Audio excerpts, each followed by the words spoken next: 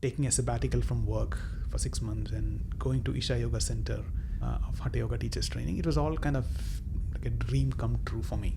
It was during that time, at the middle of the program, I got an injury. My meniscal got torn. If you're already suffered, drains the energy, right? Because some people becomes like a victim of that situation. Instead of that, you are taking that responsibility. So the next time you can think of, you have choice. So how you put that choice into practice is what these practices and everything will help you to be in the moment rather than in retrospect.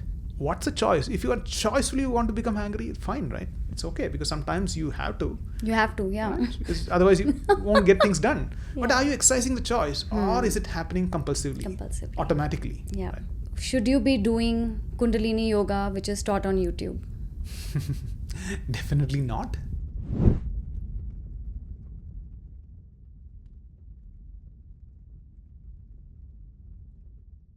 Welcome, Ram. Thank you so much. You are here because we have International Yoga Day coming. I am so excited. I have always been a yoga practitioner. From childhood, it gave me happiness. It was just me. So I'm very happy that world recognizes Yoga Day now. Yes. So it's an honor for me. So thank you so much for coming. Pleasure. Tell us about yourself. My name is Ram. I grew up in Kerala, which is a southern part of India. My family has roots in Tamil Nadu as well. I'm an engineer, computer science engineer by academics, and then moved into more of a leadership and management kind of roles, and then transitioned into a product manager. Currently work for a company called Open Universities Australia. It is based out of Melbourne. So we provide online higher education, and it's also a non-profit organization. So one of the things which really attracted me is education changes people's life. On the other side of it, so this is my professional side of it. Similar to you, I also experienced yoga. I started the first practice of yoga in 2008. I was not following a proper prescribed format of it. I was just doing it randomly and it just works. In 2013 is when I was introduced to inner engineering, which is one of the flagship program offered by Isha Foundation. So at that time, I was in Hyderabad. I was going through a bit rough patch in my life. Just about me, I'm generally a happy-go-lucky kind of person. And at that time, we were planning to migrate to Australia. And I have had this migraine issue since childhood. Consulted a doctor. He's one of the famous doctor in Hyderabad. So he gave me some medicine for 3 months.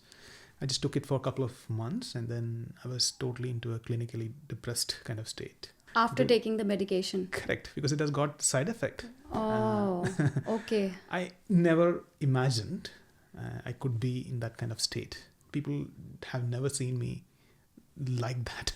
And how did you recognize that you are in depressive state? There was no joy or a sense of happiness within me. Everything is gone. So I always felt like I was not able to sleep. So all those things became the symptoms. That's when, fortunately, one of my friends suggested, this Sadhguru is coming to Hyderabad and he's conducting a program called Inner Engineering. Why can't you just go and try? My wife and I, both of us registered, and then we went to the program. That program was definitely a life-changing experience for me, because it's the first time I experienced something spiritual. During the program? During the program. At that time, I knew I hit a gold mine. Right? So I learned a practice called Shambhavi Mahamudra, which was taught as part of the program. Then I was easily able to connect it and integrate it with my life. 2 weeks of practice, it was all like miracle. Right? I was just bouncing back.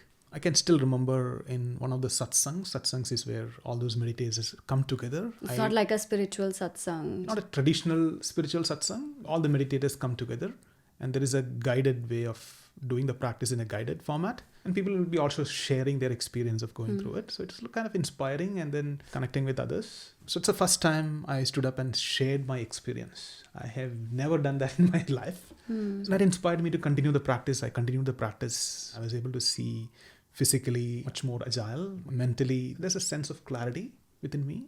Energy-wise, I was busting with energy. The need for tea and coffee just vanished from my life. Yeah, and it's such a norm these days. Like society almost conditions you or forces it on you. And I always thought, if I don't want to rely on something to keep me going, or otherwise I'll have headache. Until I came here, until I had kids.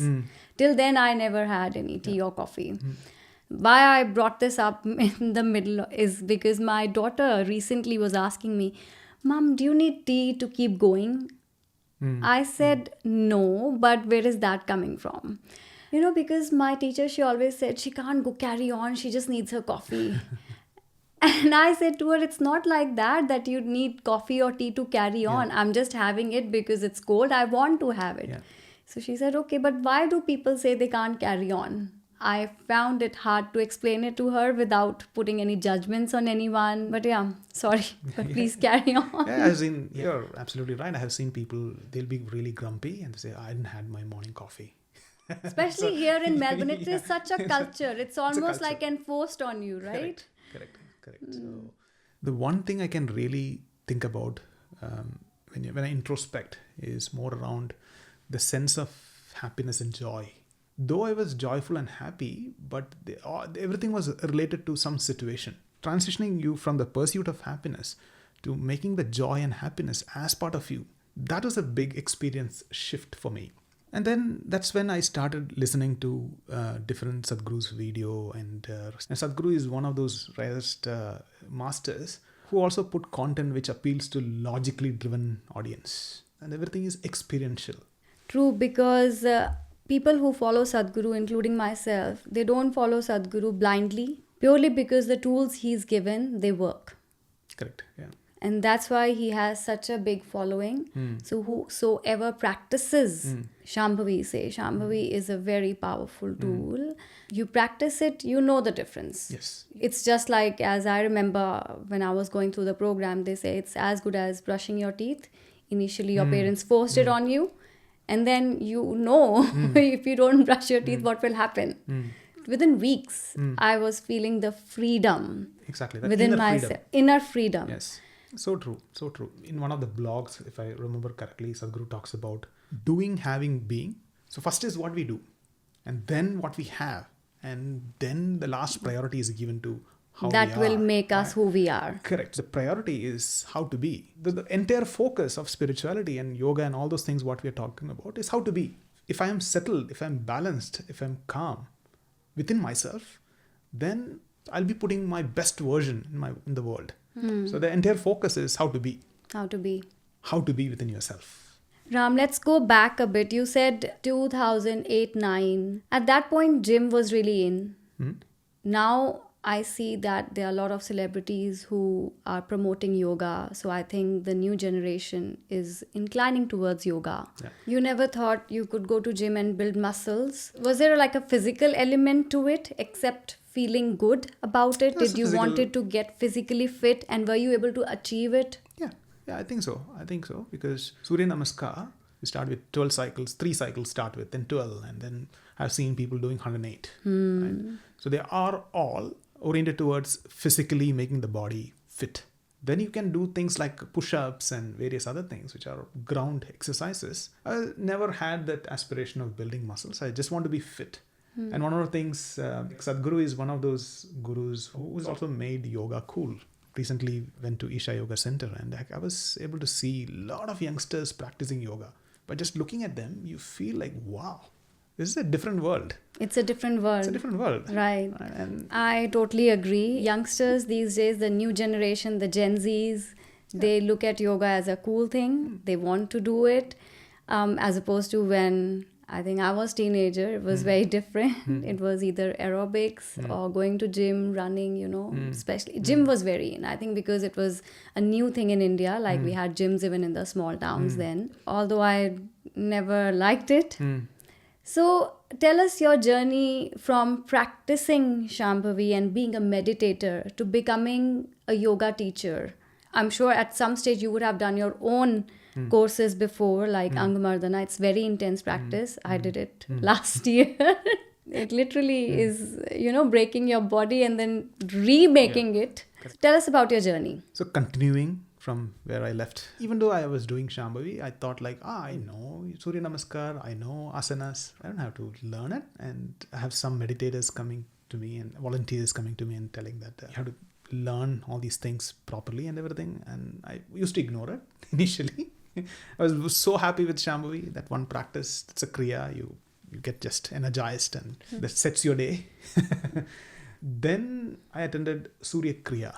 Surya Namaskar is very popular. Surya Kriya is the foundational practice. It's a core practice. I learned Surya Kriya and it has a lot of small finer nuances in terms of the breathing, the focus and awareness you do with eyes closed. Once I started doing Surya Kriya, then I was able to see the big difference. So I'm glad you said that you had a sense of pride in yourself, because that's how I was. And I was like, I know Surya Namaskar. I don't need to learn Surya Kriya. So I'm glad you said that. So it itself brings that meditativeness within you. Yes. I never thought Hatha Yoga can be meditative. Like Sadhguru says, it activates your solar plexus and it brings a certain level of stability of the body and also stillness of the mind. It's unfortunate that it has become very physical. People who just want flexibility and strength. The Western form of Hatha Yoga, classical Hatha Yoga, which Sadhguru, that's what he teaches. So it activates your system in a big way. Hatha Yoga, which is being offered by Isha, one is called Surya Kriya and Angamardana. It touches every nook and corner of your body. Oh, the muscles you don't even know existed. Yes. You have muscles, you have tendons, it's like an internal massage. That's what I see. And it doesn't need any physical equipment. It just needs a 6x6 space and you can just do it. Then you have yogasanas taught as a deeper way to align yourself with the cosmic geometry so that you feel much more balanced and still within you. Let's say when you're just getting into a house and if somebody's sitting there, the way they are sitting, you kind of know what's happening within them. Sad, you sit in one way. If you're really joyful, you sit in another way. True. So whatever is your consciousness, your body naturally takes certain postures. The converse is true for yogasanas. By consciously sitting in a certain posture, you're trying to create a certain situation within you. So that is yogasanas. That is yogasanas. So, okay. So there are 84 asanas, which has been identified as yogasanas. Yoga is that which allows you to evolve. Then asana means posture. So that's the power of asanas. So it's not just as a physical exercise, it's a life process. Then we have a process called Buddha Shuddhi. It's a process of cleansing the 5 elements within the human system. And there is also a preparatory practice called Upayoga. If somebody wants to just get started, it is available online for free. You can go to YouTube and search for Isha Upayoga, or the best way is go to Sadhguru mobile app. There's an app called Sadhguru and there are free practices. Upayoga practices. So that practices doesn't need any preparation. You can just do it anytime, anywhere. If you're in office and if you just want to do Upayoga, you can just stand up and just do it. So it's just easy to integrate in life. But if you are a bit more committed, you want to take the next step, then practices like Surya Kriya, Angamardana, Yogasanas, and also Buddha Shuddhi, which I spoke about. These are the fundamental 5 practices offered in Hatha Yoga. So I did all those things. Every practice has got its own benefit. By all these things, what I mean is you are becoming much more free within you. Then you have more time, your productivity naturally improves. The work is not stressful anymore. The situation might be the same. It's not changing. But the way you handle the situation, the way you respond to the situation, drastically different. That's what I have experienced. I started volunteering in the center, the Melbourne Center. Volunteering was another level of experience for me. Being part of the volunteers, I've seen a lot of people who are so inspiring, just giving themselves karma yogi kind of thing, where you're just doing activity. Yes. Right? It doesn't matter you like that activity. It doesn't matter you're competent to do that activity. You just do it. You just do it. You just do it. Yeah. Sadhguru often talks about giving yourself fully. All those things are words, right? But I experienced that when I was volunteering and just doing it to make things happen. There'll be a lot of confusion, a lot of chaos. Sometimes it's an organized chaos, but somehow you navigate a way to make those things happen. At the end of it, when you look back, you have gained more than what you have given. I want to say something here is how I looked at volunteering was just giving back that I've received. Mm-hmm. Initially, I wanted to share it with people around me, but then I thought, no point because they are not open. your family members I'm talking about. Absolutely. Not everyone is open. I realize that if I'm working at home, yes, charity begins at home. But if I'm working at home, if I'm giving fully, there is something in me that is expecting back. As opposed to when you go out and volunteer, you don't expect back. True. That is I can the agree. magic of volunteering, and that's why it's very important to volunteer outside.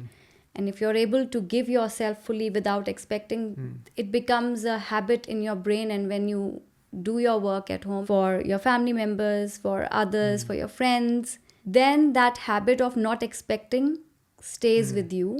Eventually, life becomes easier. Absolutely. Yes. So true. So this volunteering did a program called Ishanga training. It's more like a monthly group meditation.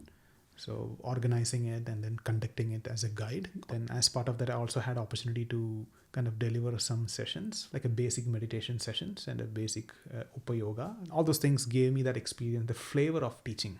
That's when I realized that when I was introspecting within me, I just generally get bored with stuff in my life. Yoga is one thing which I never got bored. Thought like, okay, that one. And combining this, the experience I got from teaching some basic practices, can I combine these things and can I take the next step of becoming a teacher? So it's in 2019 is when I had this thought. So the first person I discussed with was my wife. So she was of great support, because what does it mean for her is she got to stay here for 5 to 6 months alone.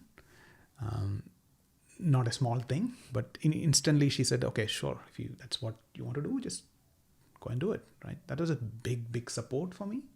Then I went and discussed with my boss. So he said like, oh, sure. I never expected this, right? So it's like when you have a strong desire for doing certain things, then the universe itself will organize things for you to make things smoother. All the things was positive. Taking a sabbatical from work for 6 months and going to Isha Yoga Center and going through the intense 21 weeks program of Hatha Yoga teachers training. It was all kind of like a dream come true for me. It was during that time, at the middle of the program, I got an injury on my right knee. My meniscal got torn. And not due to practice, I was just walking in a slope surface and suddenly stopped. And I got a snap sound and then I was a bit shattered. I was reflecting on some of the Sadhguru's quote, where Sadhguru talks about either you can become wise or you can become wounded when things are unfavorable. So that stuck with me. Whatever has happened has happened. I can't change it. But what's the best I can do? It took me a while, maybe a couple of weeks. I was not able to do the practices and everything. And then slowly, with the help of some orthopedic surgeons, I slowly started doing the practices, and then within a month or a couple of months I was like just normal. It's not bothering me anymore. But that journey is a kind of a rough journey during that time. Again, all those things, what you learn in spirituality, these are the times where you put in practice. Right? And it tests you. Time. It's a testing time, right? Yeah. How do you apply what you have learned and see if this whatever yoga is working or not? That's how my journey for teachers training. Then I started teaching, and then COVID happened, as we know. And a few months I was not able to take any class, or maybe a year or so. Then after that, slowly I started taking classes for Isha Foundation in Melbourne. Taking class itself is so joyful experience and so fulfilling experience. One is you are offering something which has deeply touched you and made a big difference in your life. Number two, these practices are, Sadhguru says, is not teaching, it's a transmission. You're just sitting there as a channel. As a channel. Through me, I'm kind of helping others to learn a practice. But for me, internally, it is a big opportunity for me to learn every time I teach. Yeah, I always believe this is one of the best decisions I've ever made in my life. So anyone can do these practices, or I'm asking for the wider audience who probably don't follow Sadhguru. You don't have to be initiated into something, or you don't have to be associated with Isha to do these practices. Anyone can enroll and do these practices. So that's the beauty of these practices. So all those practices, the Hatha Yoga practices I was talking about, doesn't have any prerequisite. Of course, you have some basic age You should have at least 15 years to do certain practices. Angamardana can be done after 8 years. So there are some age After restrictions. 8 years? After 8 years, yes. Angamardana? Yeah. Wow. It doesn't have a strong spiritual element into it. So I have in my class many times there are 1 or 2, 8, 9 years or 10 years join, and with it's a combined class. So it's a combined, you don't have run a special. We run a children's program which is totally separate. But Angamardana is right now we don't have an entire class of different age groups. So we just bring people together. Sometimes what happens is their parents also joins. So that's a beautiful way of doing a practice. Father, the mother, and a couple of kids, they all be doing Angamardana together. Such a beautiful family activity also. Absolutely. When they do the practice together, then people are inspiring each other. Does this also involve any of the lifestyle changes? So if you're practicing Hatha Yoga or if you learn, do you have to follow some dietary restrictions? Not as part of the program, but definitely there are guidelines which is given by Sadhguru. So it's up to them to make those choices. How can you connect yoga with spirituality? You said you had the spiritual experience deepen through Surya Kriya. Can you explain that in words? After I do the practice, right, I'm much more balanced. At the same time, I'm really intense and passionate. Can you be calm and intense at the same time? You can. Right? If some situation happened, I'm able to still handle it with much more grace than before. At the same time, I'm also passionate about doing certain things and I'm intense. So that, all these things combined is what I call that as my experience. And being spiritual for me is something you experience just beyond your body and mind. So you are able to do or perform in your best way by doing the practices. Yes. At the same time, being very composed and calm and not being stressed over little things. Correct. Carried away by the situations. Carried away by the Correct. situations. Correct. So I'm not saying like I'm free of any of those so-called bad emotions, right? You always have those things, but it is just that how do you respond and how fast you recover out of it. So that's what makes a big difference. Yes. Right? Thank you so much. You said that. By default, I had a lot of anger in me for whatever reasons. Now, when I look back, I see there were a lot of things, you know, and then started my practices. And you're right, I felt more composed and more in control. And I used to snap out of my anger very quickly. As opposed to my anger would last days, sometimes weeks. Yes. And that took me to a really, really dark place in my life. But then with the practices, I've been able to acknowledge it, you know, and then just ponder over it. Is it worth it or not? And then get rid of it. But then in those anger moments, especially, you know, coming from my mom, she's beautiful. She would always say, you practice so much of meditation and you do so many practices. You still get angry. So I'm glad you said that because I always told her, look, yes, I'm getting angry, but then I'm not staying there. It's not draining my energy. Correct. Previously, I know if I'm angry, I'm throughout the day, I'm angry, I'm eating in anger, you know, and if you're eating in anger, obviously your body is not responding to doesn't matter what nutritious meals you're eating, it's not, your body's not taking it in. Getting into that consciousness of what is in my control, what is not in my control, looking at that way, and you want to be part of the problem or you want to be part of the solution. Applying all these basic things in the moment.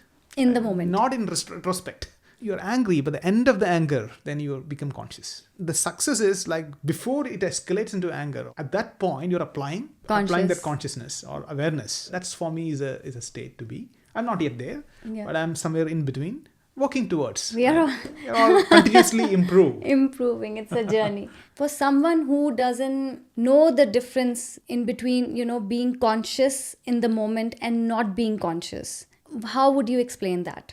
If you're already suffered, drains the energy, right? If you're conscious, not conscious means you're succumbed to that. You don't even know it's happening to you. It's not happening to you, right? Everything is happening autopilot within you. And then after that thing, then you realize I should have handled it much better.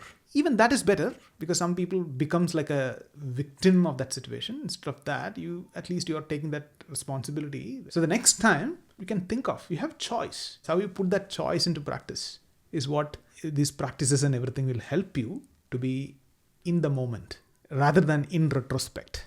I could it's have a lot done of this journey, better. I yeah, could have done correct. that better. Correct. Again, your mind is in that constant In the past. in the past. What's a choice? If you are choicefully want to become angry, fine, right? It's okay, because sometimes you have to. You have to, yeah. Right? Because otherwise you won't get things done. But Yeah. are you exercising the choice, or is it happening compulsively, Compulsively. automatically? Yeah. Right? So in order for you to get there, all these things helps.